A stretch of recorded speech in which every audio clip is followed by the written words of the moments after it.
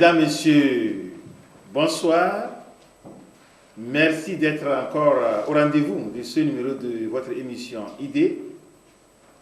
Aujourd'hui, nous allons parler avec Metionou Abdourahim.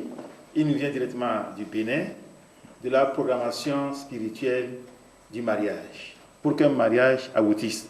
Et certains disent que c'est le fait d'ignorer le côté spirituel qui serait à la cause de nombreux divorces qu'on constate aujourd'hui. Oui. Vous êtes un chercheur en la matière, vous êtes un spécialiste en la matière, des éclaircissements là-dessus. Qu'est-ce que vous pouvez nous dire concrètement par rapport à la programmation spirituelle du mariage? Merci, monsieur l'animateur. Programmation spirituelle du mariage. Comme vous avez eu à le dire à l'introduction, nous sommes dans un monde qui est en deux. Vous comprenez ce que je suis en train de dire? C'est-à-dire, il y a deux mondes. Vous voyez, comme vous avez eu à le dire. Alors, pour réaliser quelque chose dans le monde physique, ce que nous voyons, nous touchons, matériel, il faut l'avoir réalisé dans le monde spirituel. Maintenant, pour pouvoir réaliser la chose dans le monde physique, il faut connaître les lois et principes qui le régissent. Parce qu'il y a une loi, il y a des principes qui sous-tendent toute activité, tout acte, toute chose dans ce monde. Et lorsque nous parlons de lois et principes, c'est qu'il y a des entités qui veillent au respect strict de ces lois. On ne peut pas escalader le mur pour rentrer au sein de votre maison ici. Il y a des gardes un peu partout. Donc, il faut chercher à connaître quelle est l'entrée prévue pour rentrer. C'est-à-dire, dans l'enceinte de votre bâtiment ici. Maintenant, je reviens sur le mariage. La programmation, quand on dit programmation spirituelle du mariage, nous voulons faire référence à la programmation établie par le divin, par le créateur, en ce qui concerne le mariage. Est-ce que nous pouvons parler de mariage, parce que j'ai coutume de dire, on ne peut pas avoir les bonnes réponses si on ne se pose les bonnes questions. Pouvons-nous parler de mariage sans parler de l'amour? Est-ce que nous pouvons parler de l'amour sans parler de l'attrait? Parce que c'est tout un processus. Vous comprenez? Est-ce qu'on peut parler de l'attrait sans parler de rencontre? Donc, j'aimerais souligner que notre émission d'aujourd'hui, notre thème d'aujourd'hui est tellement capital que si c'était possible, j'allais pouvoir répéter ce que je veux dire en éveil, en kabyère, en toute autre langue, pour que tout le monde puisse comprendre, cerner vraiment ce que nous sommes en train de dire. Voilà. Mais je n'ai pas encore ce pouvoir. J'ai parlé de rencontre, attrait, l'amour et après le mariage. Maintenant, on va, après avoir abordé ces points, c'est-à-dire les conséquences de ne pas c'est-à-dire suivre les principes, la programmation réelle, c'est-à-dire ceux qui ne veulent pas passer par la programmation établie. Quelles sont les conséquences? Parce que toute médaille a son revers. Nous ne pouvons pas parler seulement de la face, c'est-à-dire bénéfique, sans aborder le côté maléfique. Cela veut dire que si nous prenons concrètement notre thème qui concerne la programmation spirituelle du mariage, en dehors de l'amour, en dehors de la beauté que j'ai pour une fille ou bien une femme, ou bien que la fille a pour un homme, il y a un certain nombre de conditions que nous ne maîtrisons pas, qui sous-tendent l'effectivité d'un mariage. Bien sûr. Vous savez, en réalité, le mariage, c'est l'union de deux âmes pour réaliser un plan divin. Vous comprenez ce que je suis en train de dire? C'est l'union de deux âmes pour réaliser, oui, pour exécuter, merci beaucoup, le mot est revenu, pour exécuter un plan divin. Vous comprenez? Donc, si les deux âmes se rencontrent et ils ne sont pas conscients du plan qu'ils veulent exécuter, vous voyez déjà, je compare tout à la construction d'un bâtiment. Il faut une bonne fondation avant l'élévation. Si la fondation est faussée, Ça ne peut pas tenir. Et qu'est-ce qui fait que nous sommes aujourd'hui en difficulté? C'est parce que non seulement nous ne sommes pas conscients qu'il y a des règles et principes qui régissent ce dans quoi nous voulons nous lancer, y compris le mariage, et nous ne nous donnons même pas la peine de nous rapprocher de ceux-là qui maîtrisent, à qui Dieu a donné le savoir, la connaissance, pour pouvoir mieux nous orienter. Tout le monde a une idée de comment on pose les briques. Mais pourquoi quand vous voulez construire votre maison, vous faites appel à un maçon? Parce qu'il est spécialiste en la matière. Voilà. Il y a des gens spécialistes en la connaissance de la programmation du mariage qui peuvent nous dire, ah, voilà, comme ça, ça ne tient pas, ça ne tient pas. Et c'est faute de cette connaissance qui fait que mariage aujourd'hui, divorce demain. Vous voulez en résumé dire que la présentation physique de deux êtres ne suffit pas pour conclure un mariage? Pas du tout. Pas du tout. Et là, je crois que je vais rentrer dans le vif du sujet. Quand deux êtres se rencontrent, qu'est-ce qui se passe en réalité? Au sein de chaque être humain, il y a deux natures. Il y a une nature féminine et il y a une nature masculine. Je crois que pour me faire mieux comprendre, je vais donner un exemple sur la nature, c'est-à-dire un homme A et la femme B. Ça veut dire qu'au sein de l'homme A, il y a une nature féminine et il y a une nature masculine. Au sein de la femme B, idem. Lorsqu'il y a rencontre, quand est-ce qu'on parle d'attrait, quand est-ce qu'on parle de coup de foudre? C'est quand la ressemblance de la nature féminine qui se trouve au sein de l'homme A est à un taux très élevé dans celle qui se trouve au sein de la femme B. Je ne sais pas si je suis en train de C'est bon. Nature féminine chez l'homme est égale ou bien supérieure ou égale à la nature féminine chez ressemblance oui, de la nature. Maintenant, idem pour la femme B. Lorsque la ressemblance de la nature masculine au sein de la femme B est à un taux très élevé, sinon bon, à un taux donné au sein de la nature de l'homme A, il y aura coup de foudre, il y aura attrait. Et tout ça, c'est Dieu, c'est la nature même qui programme ça. Je ne sais pas si vous voyez ce que je suis en train de dire. C'est en ce moment qu'on parle d'attrait. Et lorsqu'il y a attrait, il y a attraction. Les deux commencent par, c'est-à-dire, l'homme fait tout pour prendre le numéro. Aujourd'hui, nous sommes à l'aide de la technologie. Il prend le numéro de la femme. La nuit, ça commence. Ça va, ainsi de suite, les petits rendez-vous, ainsi de suite, ainsi de suite. Et c'est à partir de là que le vrai mariage, le vrai amour, j'allais dire, on ne sommes pas encore au niveau du mariage, que le vrai amour commence par naître. Parce qu'en réalité, l'amour, ce n'est qu'une graine. Et quand vous la plantez, vous devez l'arroser. C'est pour ça que l'autre a dit, l'amour n'existe pas, il n'existe que les preuves d'amour. Lorsque vous semez une graine, et il faut de l'entretien, arroser, terreau, désherber et tout. C'est la même chose que l'amour. Oui, vous comprenez un peu? Oui, vous avez dit tout à l'heure, j'arrive avant de continuer. Okay, oui. Vous avez dit tout à l'heure que c'est là où le vrai amour commence. Oui. Ça veut dire qu'il y a du faux amour?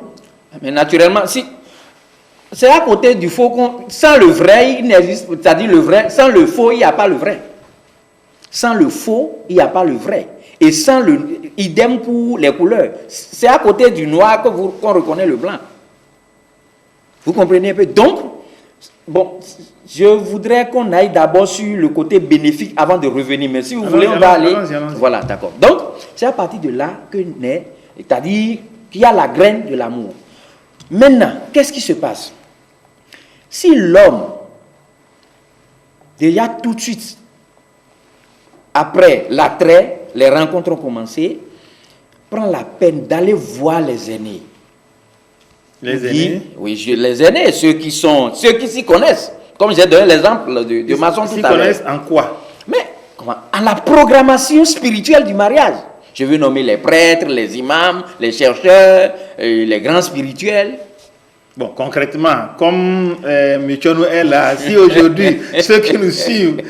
Je suis un chercheur en spiritualité. Les grands sont là. Oui. Si on vient nous voir, bon, on va donner selon notre compréhension ce que nous pouvons. Nous sommes d'accord? Oui. Donc, si ce monsieur se porte vers ces aînés-là, ceux qui peuvent orienter, ils sauront lui dire, ah, cette femme, elle est bien pour toi. Ah, elle est bien pour toi, mais, est-ce que vous me suivez? Ou, du moins, non, ne commence même pas. Ça ne t'apportera pas le bonheur. Même si tu l'aimes. Vous savez, nous accordons tellement d'attention, de crédit à nos ressentis, à nos émotions, et la plupart du temps, ça nous conduit droit au mur. Dieu ne s'est pas servi de nos émotions pour concevoir, pour construire son monde. Il faut que ça soit clair. Si vous voyez la femme, elle est toute belle, ronde, et vous vous focalisez sur ça pour vous lancer, ça ne finit jamais bien. C'est pour ça que nous sommes en train de parler aujourd'hui de ce thème, la programmation spirituelle du mariage. Parce qu'il y a une programmation. Je vais donner l'exemple sur les deux appareils qui sont devant moi. Est-ce que c'est la même programmation qui est ici, qui est sur cet appareil-là? Est-ce la même programmation?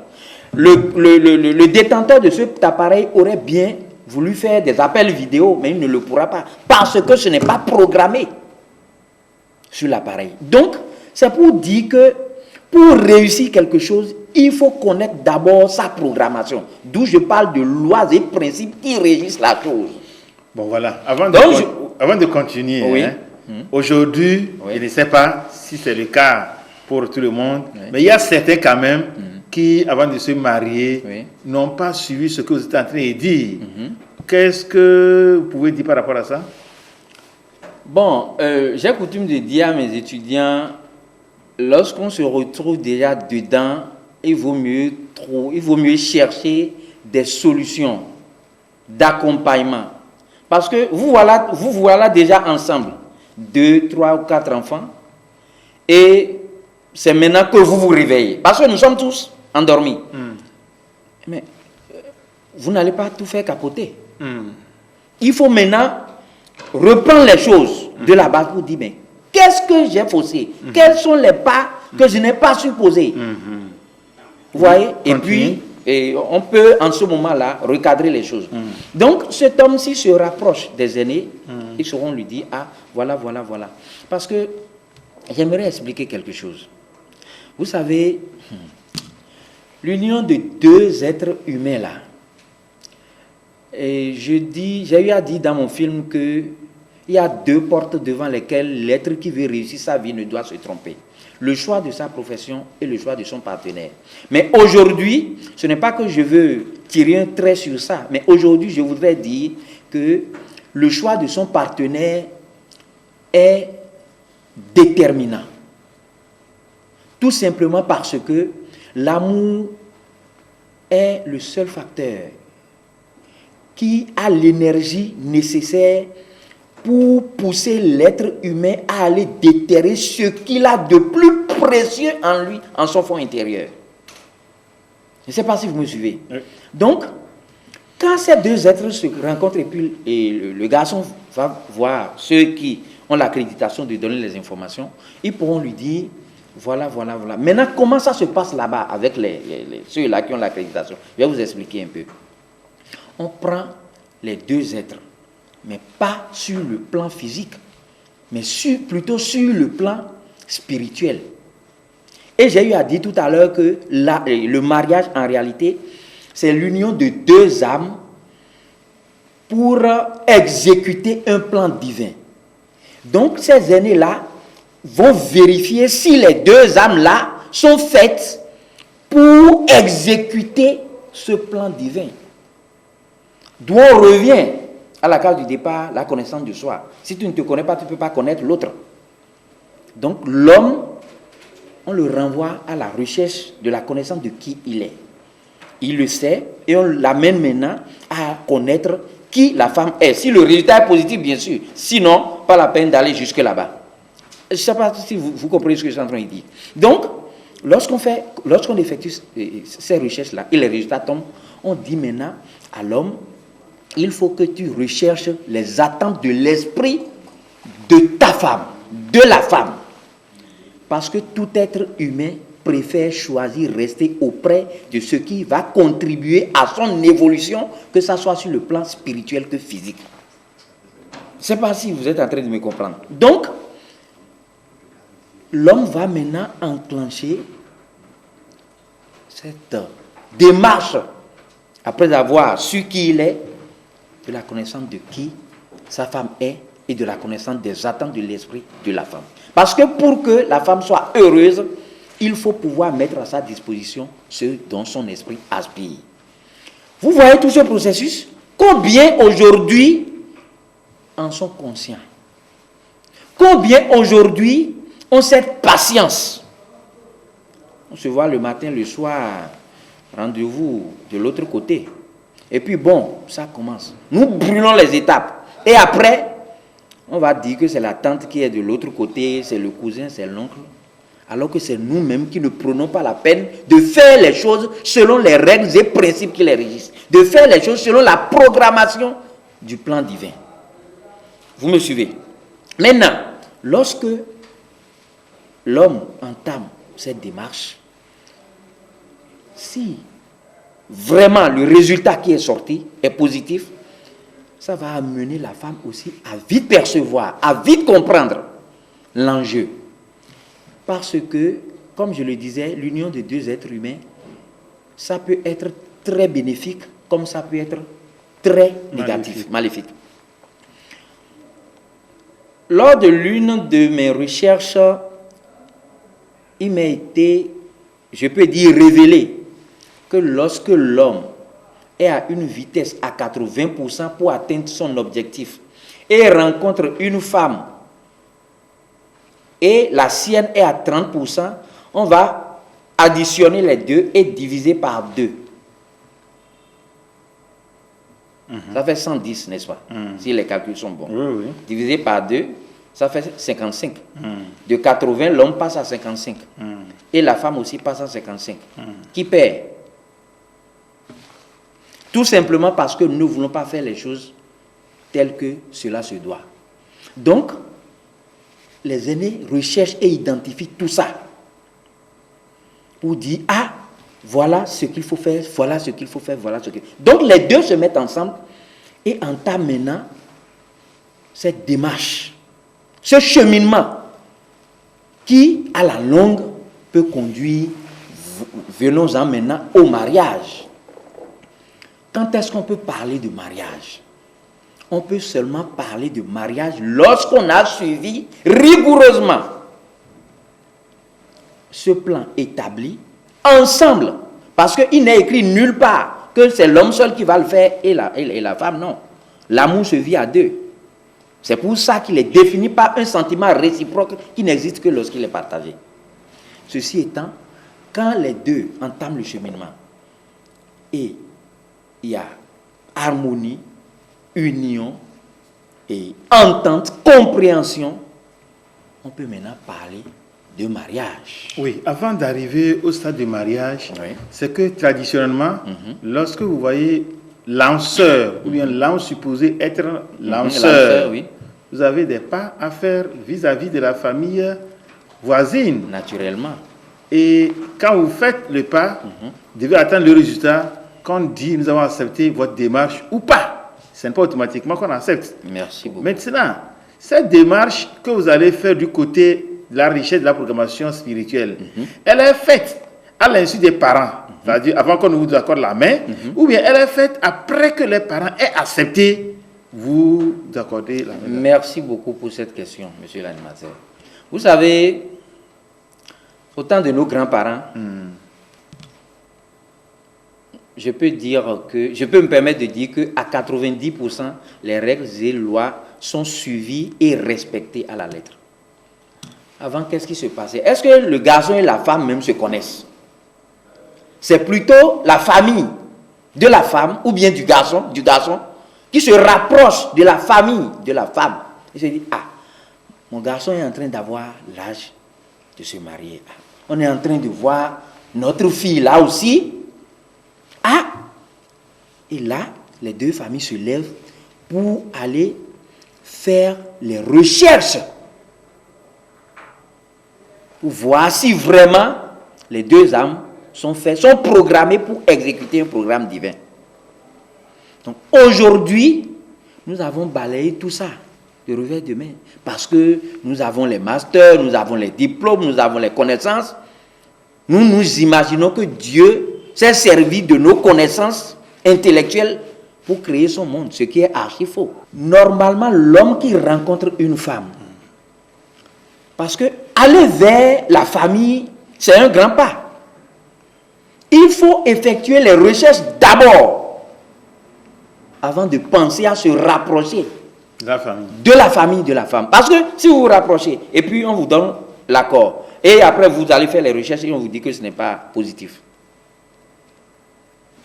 ça ne passera pas. Donc, il faut forcément commencer par les recherches.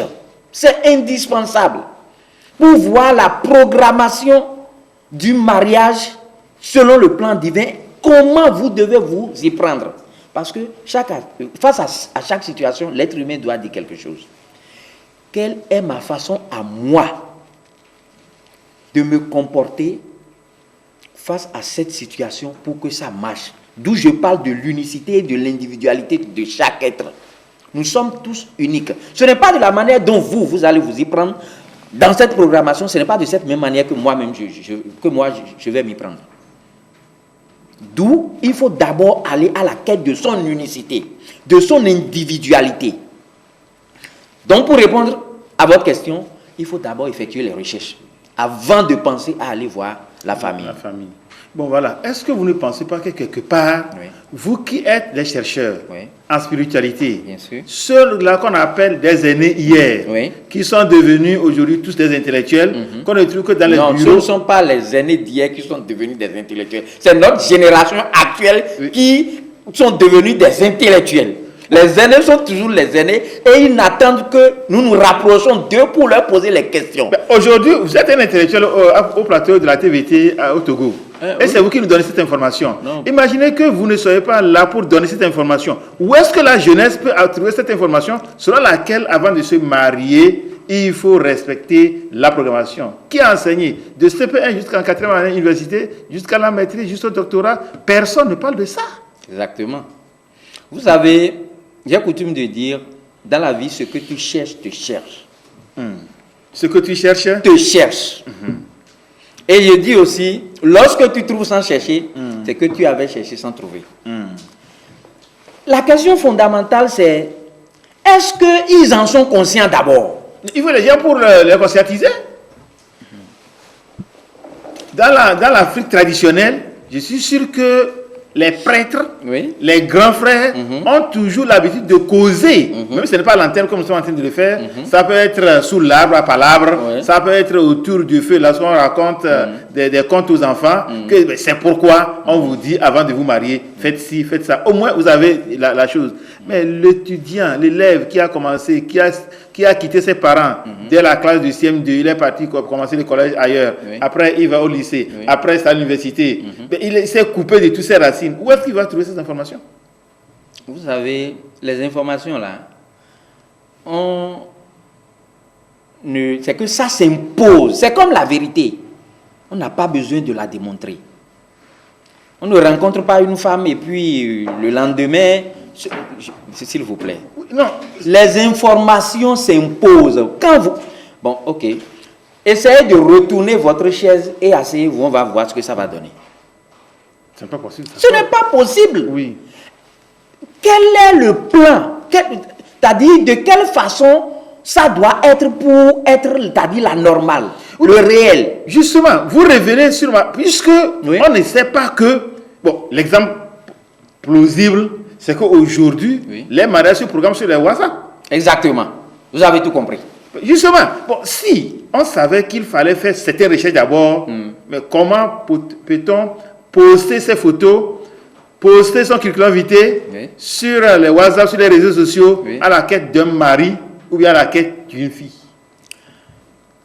D'où la nécessité que vous qui êtes les chercheurs en spiritualité, que vous multipliez les informations, que les gens soient conscients. Mais chacun de nous, la vie, chacun a son rôle et nous jouons notre rôle.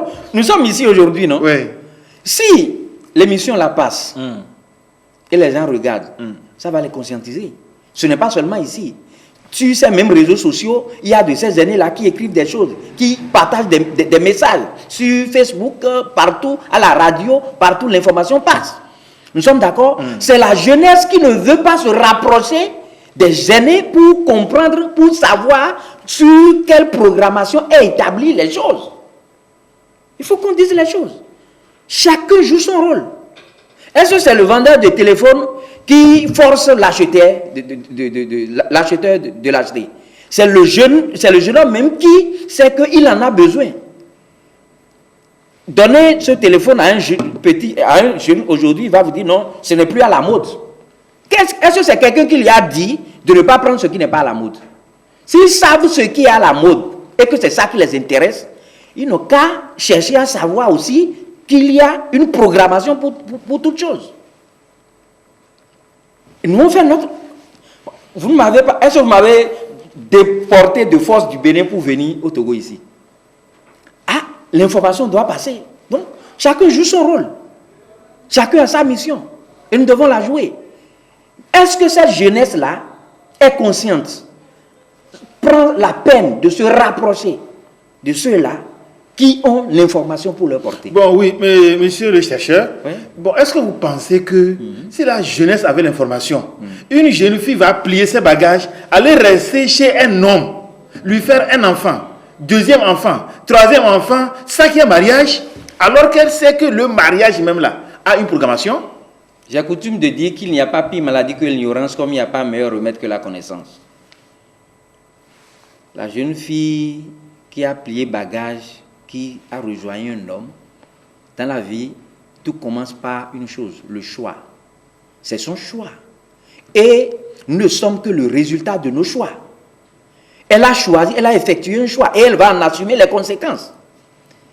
C'est pourquoi on dit souvent les conséquences corrigent mieux que les conseils. Elle n'a qu'à procéder ainsi et vous allez voir, elle reviendra sur ses pas.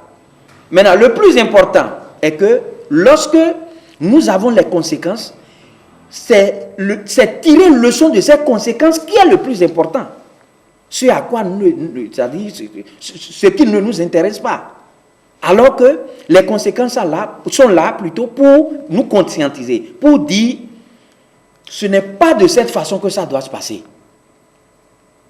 Alors on doit se poser la question, mais quelle est alors la meilleure façon de s'y prendre?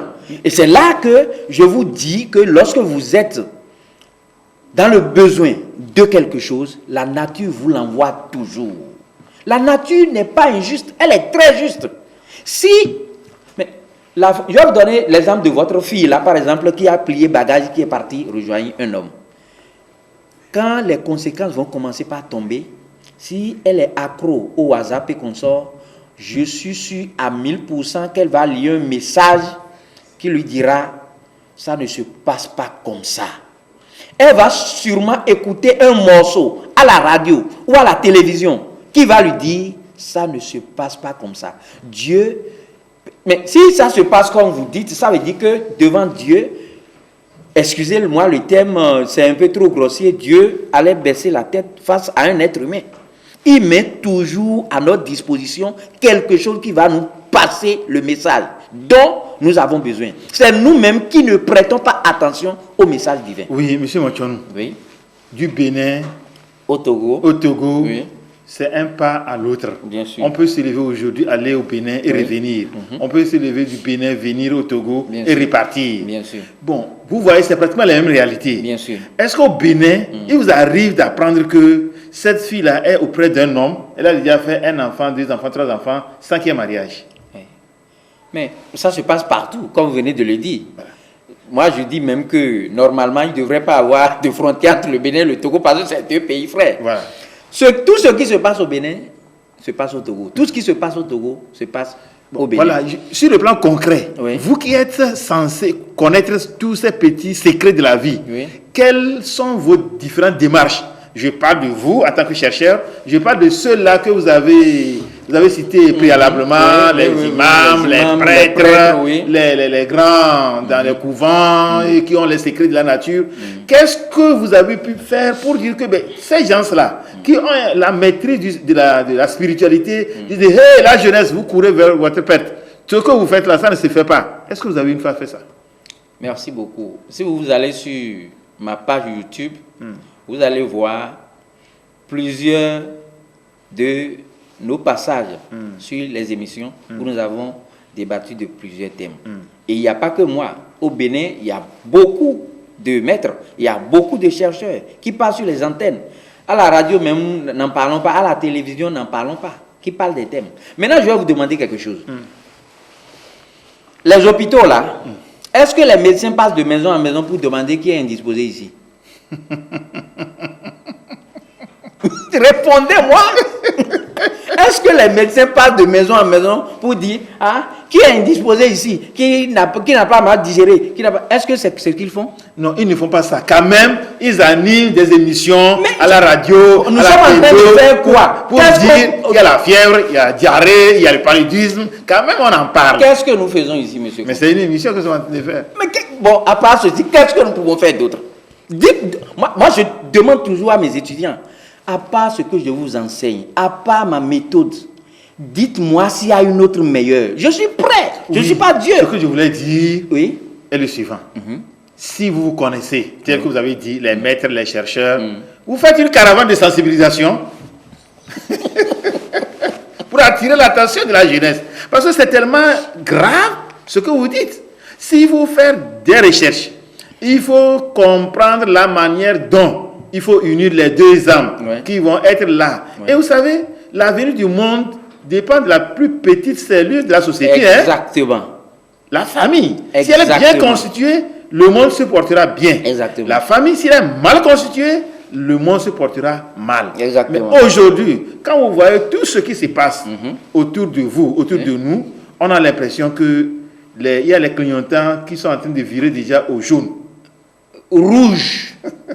Moi, je vous dis rouge. Parce que, vous savez, l'être humain est trop têtu. Parce que je ne comprends pas quelle est cette idée, quelle est cette façon de vouloir coûte que coûte faire les choses à sa manière. Je vais donner un exemple très simple, terre à terre, pour que vous puissiez me comprendre. On a parlé de l'enceinte de TVT, non? Vous avez voulu escalader. On vous a chicoté. Parce que toute entreprise qui ne respecte pas la programmation de l'entreprise, ça n'a jamais bien fini. Vous serez frappé à coups redoublés par les entités qui veillent au respect des règles et lois qui régissent le domaine. Donc, vous entamez une relation qui ne finit pas bien. Est-ce qu'il ou elle se pose la question à savoir pourquoi ça a échoué? D'où je dis, si on ne se pose pas les bonnes questions, on ne peut pas avoir les bonnes réponses. Mais si les gens ne se posent pas la question à savoir pourquoi ça a échoué, ça va toujours échouer. Parce que continue toujours de poser les mêmes actes et tu auras toujours les mêmes effets. Donc, personne n'a le temps de faire caravane. Nous ne pouvons que faire que ce que nous sommes en train de faire déjà. Si les médecins sont tranquilles chez eux, et c'est quand quelqu'un se comporte mal sur le plan alimentaire qui se retrouve là-bas, nous sommes là aussi. Si quelqu'un constate qu'il a échoué, qu'il se rapproche pour qu'on lui dise, ah, voilà comment tu as procédé. Je vais vous raconter une petite anecdote. J'ai une élève qui est venue me voir pour me dire, ah, j'ai rencontré un monsieur et il est ci, il est ça, voilà, et je suis en train de tomber amoureuse de lui. J'ai dit, ok, envoie-moi les informations, on va vérifier. Vous savez que après avoir vérifié, ce monsieur est prédisposé au veuvage. Le monsieur est prédisposé au veuvage. Il y a des signes dans les 12 signes du zodiaque, si nous prenons l'astrologie, il y a des signes qui sont prédisposés au veuvage. C'est-à-dire? Mais comment? Si c'est l'homme qui l'est, la femme ne va pas durer. Elle va passer de la vie au trépas. Et si c'est la femme qui est prédisposée pour, c'est l'homme qui va partir. Mais c'est le fait que nous ne nous donnons pas la peine de rechercher, de connaître les choses dans le vrai monde, c'est-à-dire celui spirituel, qui font que on dit ah c'est là, il y a 3 jours ils se sont mariés hein, et puis la semaine qui a suivi et le monsieur. Vous pensez que c'est la faute aux chercheurs? Vous pensez que c'est la faute à la nature? Qui vous dit de mettre torchon en main avant d'enlever une marmite chaude du feu? Qui vous le dit? Qui vous l'enseigne? Qui? Si ce n'est pas que ça vous a brûlé 1 ou 2 fois. Donc quand ça vous brûle, vous cherchez des solutions. Mais pourquoi dans le cadre du domaine sentimental, vous ne cherchez pas les solutions adéquates? C'est à ça. Tout est là. Les gens ne veulent pas se poser de bonnes questions. Regardez le temps, c'est-à-dire le nombre de personnes. Donc, on va prendre chaque cas, toi viens poser. Non, c'est quand la personne vient vers nous. Donc, cette fille, elle a dit, ah voilà, et j'ai dit, ah, ce monsieur est prédisposé au veuvage. Voilà comment nous allons faire. Voilà les dispositions qu'il faut prendre. On a pris les dispositions. Ils sont heureux aujourd'hui. Bon, est-ce que vous pouvez nous donner ce signe qui prédispose Vous avez l'art de tirer. Ça ne peut pas, je ne peux pas le dire, ce n'est pas possible. Je ne veux pas qu'on me bloque l'accès au Bénin parce que j'ai causé le divorce ou bien la séparation de plusieurs couples. Je ne peux pas le dire. J'invite seulement tout le monde à se rapprocher des aînés qui ont l'accréditation, qui ont le savoir de donner les informations adéquates pour que l'homme puisse vivre en paix au sein du mariage. Bon, s'il faut aller au niveau de la pratique, voilà. Et nous savons que les imams ont leur manière de procéder. Bien sûr. Les prêtres, en tout cas, les pasteurs, les responsables religieux, ecclésiastiques, ont leur manière de procéder. Oui. Les parents au village ont leur manière de procéder. Oui. Les chercheurs, vous, intellectuels, qui êtes dans le domaine, vous avez une manière de procéder. Bien sûr. Bon, est-ce que quand les gens parlent de cela, c'est une affaire de libation, c'est une affaire de génie, c'est une affaire de sorcellerie, ou bien c'est quoi au juste? Qu'est-ce que vous allez dire? Ou bien c'est quelque chose qu'on peut maîtriser par la raison? Ce sont des détails que je ne pense pas pouvoir donner ici, seulement que je vais essayer d'expliquer un tout petit peu comment ça se passe. Lorsque un individu se rapproche de nous et se dit ah, et nous dit ah, j'ai rencontré X ou Y et je pense pouvoir me mettre avec lui, c'est déjà un bon pas. Nous prenons ce genre de préoccupations à bras le corps. Et maintenant, nous allons prendre sur le plan spirituel l'individu, la femme, et l'individu, l'homme, pour voir s'il y a compatibilité. S'il y a, c'est-à-dire, si les deux esprits sont faits pour exécuter un plan divin. Et quand on parle d'exécution de plan divin, pour aller maintenant sur le mariage, en réalité, l'homme et la femme en qui Dieu a mis quelque chose pour attirer, c'est-à-dire pour qu'il y ait attrait, la raison fondamentale, c'est pour que la femme pousse l'homme à accomplir sa mission de vie et que réciproquement, l'homme aussi pousse la femme à accomplir sa mission de vie. Et c'est faute d'ignorance de cela qui fait que, tant bien même que des gens sont faits pour être ensemble, il y a encore divorce. Pour vous dire que ça ne se limite pas à est-ce que nous sommes faits pour rester ensemble. Je ne sais pas si vous êtes en train de me comprendre. Ceci dit, lorsque l'individu A rencontre l'individu B, l'individu A a sa mission. l'individu B a sa mission. Si ce qu'il faut pour l'individu A, c'est-à-dire l'élément déclencheur pour que l'individu A exécute pleinement sa mission de vie, ne se trouve pas dans l'individu B, ça ne marchera jamais. Et je vais donner un exemple pour expliquer. Si vous avez une moto, qu'est-ce qui rentre dedans? C'est l'essence. Quel nom, c'est-à-dire l'adjectif que nous pouvons donner à l'essence? C'est un liquide. C'est un liquide, oui. L'eau. C'est un liquide. L'huile. C'est un liquide. Pourquoi on ne met pas l'eau dans la moto pour que ça prenne? En tout cas. Parce que la moto n'est pas programmée pour la consommation de l'eau ni de l'huile. Donc pour dire, l'élément propulseur qui va conduire l'homme à l'accomplissement de sa mission doit se trouver dans la femme. Et pas seulement pour l'homme. Celui de la femme, plutôt, doit se trouver aussi chez l'homme. Donc, quand les gens viennent me voir pour dire, on s'est rencontrés, eh bien, il n'était pas comme ça, il est ci, il est ça. Je dis, mais voilà des prisonniers qui veulent vivre en liberté. Pourquoi je le dis? Je vais vous expliquer. Le monde dans lequel nous sommes est une prison. Et on ne vient ici sur terre que lorsqu'on a une peine, karma, à purger.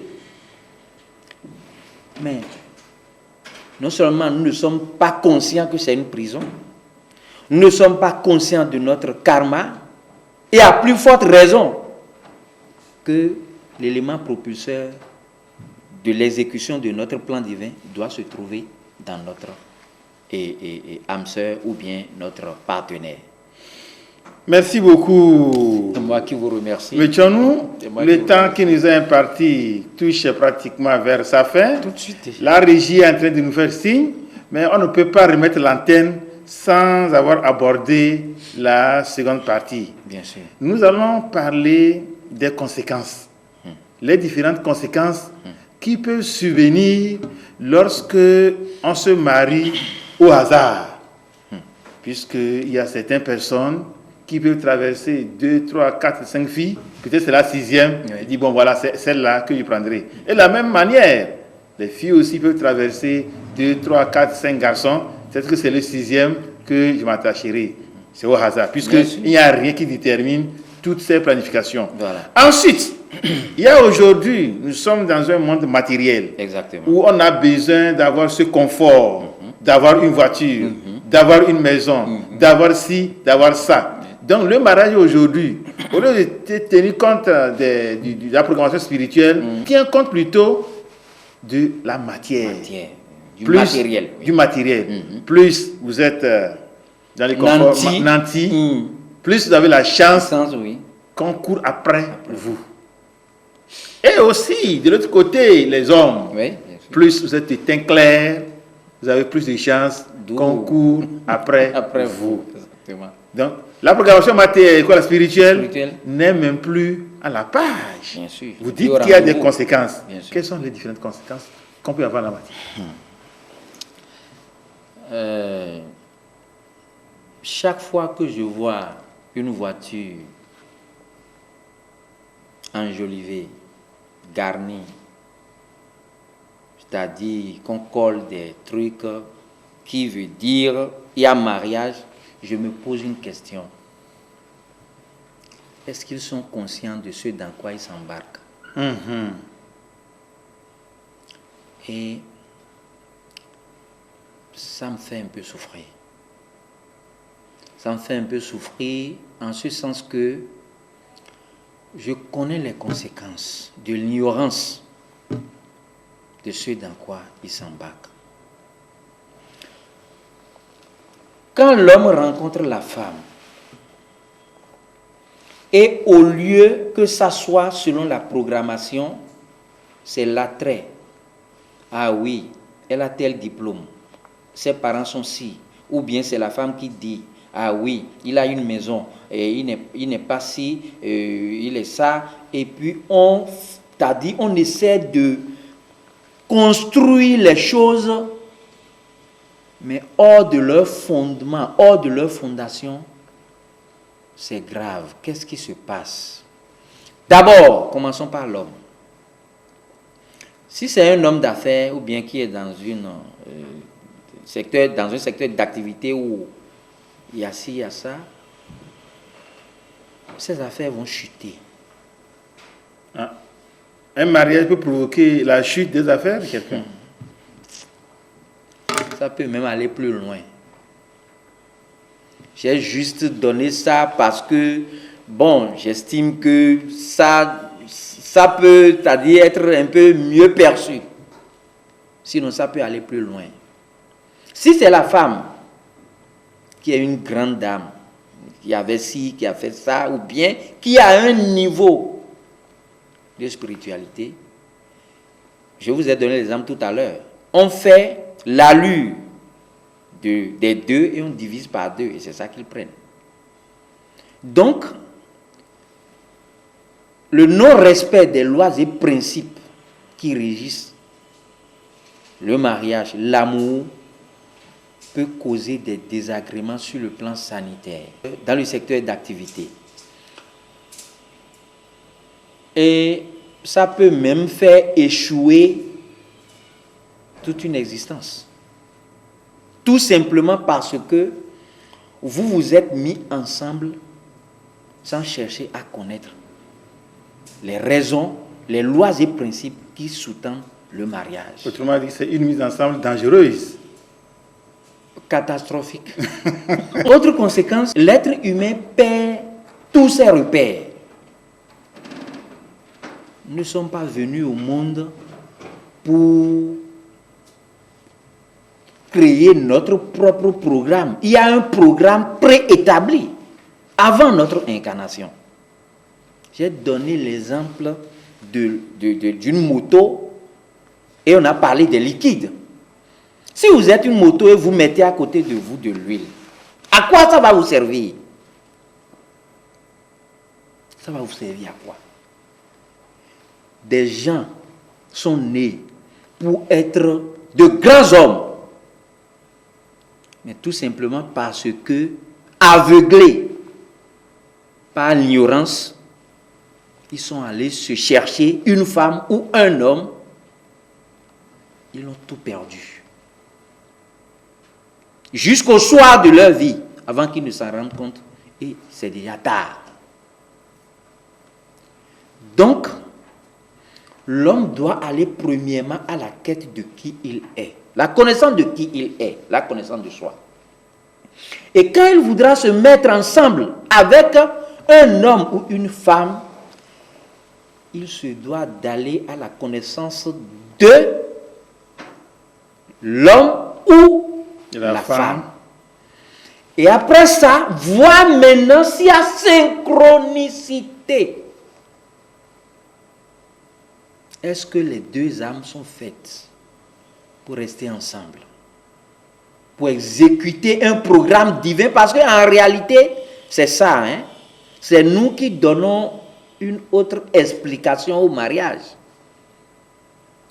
Dieu a créé l'homme, l'a endormi et a créé la femme à partir de l'une de ses côtes pour dire ce n'est pas bon que tu sois seul, celle-ci sera ton compagnon. Donc, nous sommes complémentaires. Comme le téléphone ne peut marcher sans la batterie. Et si vous êtes un téléphone d'une marque et vous allez vous chercher une batterie qui n'est pas de votre marque, ça va s'allumer. Tout est là. Les choses sont tellement simples. Bon, les gens disent oui, c'est parce que toi tu es là aujourd'hui que tu dis que c'est simple. Ce n'est pas ça. C'est à la suite de mes échecs aussi que je me suis posé les bonnes questions. J'invite aujourd'hui la jeunesse à se poser les bonnes questions pour avoir les bonnes réponses. Qu'est-ce qui a fait que ça n'a pas marché? Voilà. À chaque fois qu'on se pose ces questions, la nature mettra toujours à notre disposition les réponses. Oui, Michonou, Merci. nous sommes pratiquement arrivés à la fin de Arrivé à la cette fin. émission. Oui. Certainement que vous avez 1, 2 ou 3 conseils à donner avant de nous quitter. Comme toujours, le conseil que j'ai à donner, aujourd'hui nous avons parlé de la programmation spirituelle de mariage. J'ai dit que plus important que le mariage, que l'union dans la vie d'un être humain, ça n'existe pas. Ça passe même au premier plan, avant qu'on ne parle de profession. Ceci étant, que le mariage ne se programme pas à la hâte, que le mariage ne s'effectue pas sans tenir compte de la programmation, c'est-à-dire des lois et principes qui régissent ce domaine, celles établies par la nature. Je vous en supplie, cherchez à connaître les principes qui régissent chaque domaine avant de vous lancer. Je vous remercie. Voilà, nous sommes ainsi arrivés à la fin de cette émission dont le thème est la programmation spirituelle du mariage. À l'image de Gaston Bachelard qui dit une pratique sans théorie est aveugle et qu'il faut nécessairement la théorie pour pouvoir guider la pratique, c'est la même chose pour le mariage. Avant de vous réunir, avant d'être sur le plan physique, il faut que vous ayez cette théorie qui est la spiritualité. Si la spiritualité est correcte, elle peut guider votre union physique sur terre. Sinon, Dieu n'a pas fait l'être humain pour le mettre dans la pauvreté, dans la souffrance ou bien dans la maladie éternelle. C'est la méconnaissance qui nous conduit vers cela. Donc, à travers ce thème, nous avons compris, nous qui sommes des parents, nous qui sommes des jeunes filles, nous qui sommes des jeunes garçons, nous avons compris que pour une démarche de mariage, nous avons des conseils à recevoir des spécialistes, nous avons des conseils à recevoir des anciens, nous avons des conseils à recevoir des doyens pour nous guider et faire un mariage pour nous sentir heureux dans notre union. Voilà, nous allons nous retrouver la prochaine fois, mais avant de vous quitter, laissez-moi vous dire merci une fois encore les techniciens pour tout ce que vous faites pour que l'émission ID parvienne à chaque rendez-vous à ces téléspectateurs. Et vous, les téléspectateurs, nous sommes encore très heureux de vous connaître toujours nombreux à suivre cette émission. Soyez-en remerciés. Nous allons toujours continuer par faire ainsi pour que vous ayez encore de nouvelles idées aux côtés des anciennes idées. Mais d'ici dimanche prochain, bye bye.